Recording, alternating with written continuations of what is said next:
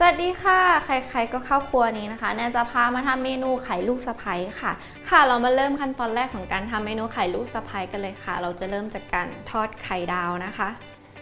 ก็ตั้งน้ำมันให้ร้อนเลยค่ะแล้วก็ตอกไข่ใส่ถ้วยไว้แบบนี้นะคะเพื่อที่เวลาลงไปเนี่ยไข่ของเราจะได้สวยไข่แดงมันจะอยู่ตรงกลางค่ะ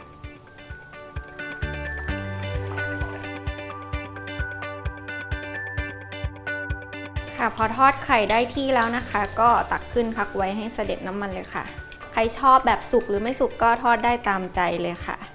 เสร็จแล้วเดี๋ยวนั้นจะทอดไปเรื่อยๆนะคะแล้วเดี๋ยวเรามาดูขั้นตอนต่อไปกันค่ะหลังจากเราทอดไข่ดาวเสร็จแล้วนะคะเราก็จะมาทำในส่วนของน้ำราดกันค่ะเริ่มจากใส่น้ำมะขามเปียกนะคะน้ำตาลปี๊บค่ะ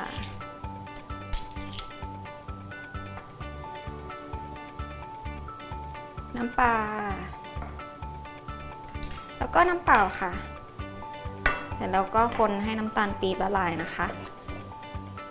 แล้วก็คนไปเรื่อยๆจนเขาเหนียวข้นค่ะ